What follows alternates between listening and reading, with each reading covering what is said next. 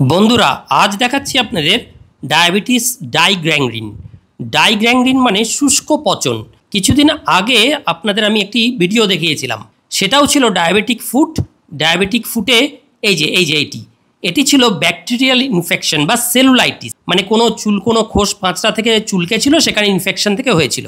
কিন্তু এইটি হচ্ছে সম্পূর্ণ আলাদা জিনিস।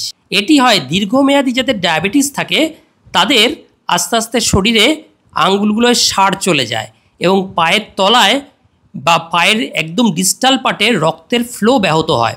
দীর্ঘমেয়াদী ডায়াবেটিস রক্তের নলের ভেতর ক্ষয়ক্ষতি চালায়, সেখানে অনুচক্রি বা প্লেটলেট অ্যাগ্রিগেশন হয়, বিভিন্ন রকম কোলেস্টেরল ডিপোজিট হয়ে রক্ত চলাচল সম্পূর্ণ বন্ধ হয়ে যায়। শুনুন পেশেন্ট কি বলছে। এগুলোতে সার আছে, সার কম, তাই তো? এটাই আছে, এটায় সার আছে কম, তাই তো?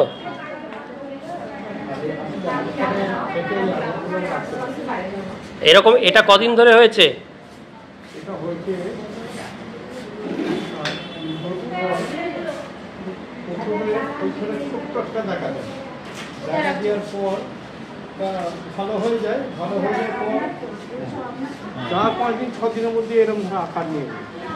পেশেন্ট বলছেন 5 থেকে 6 দিন, মানে একটা ফুসকুড়ি মতো উঠেছিল, 15 দিন ধরে ভুগছিল, তারপরে 5 থেকে 6 দিন এরকম হয়ে গেল।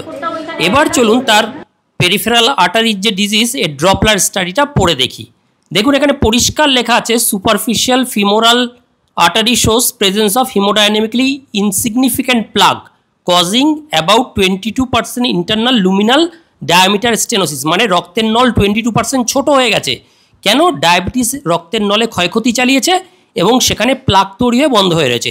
এবার ইমপ্রেশনে দেখুন, 1 number hemodynamically significant atherosclerotic plaque disease involving proximal part of the left posterior tibial artery causing significant এটা পাতাটা উল্টে গেছে, আসছে আবার, causing significant reduction of flow distally, মানে ডায়াবেটিস যদি সময় মতো সতর্ক আপনারা না হন, পায়ের গোলমাল যদি বুঝতে না পারেন, এই রকম রক্তের নল অবরুদ্ধ হয়ে ডাইগ্যাংগ্রিন হবে, যার পরিণতি কিন্তু অঙ্গহানি, পা বাদ দেওয়া ছাড়া বাঁচানোর আর উপায় থাকে না।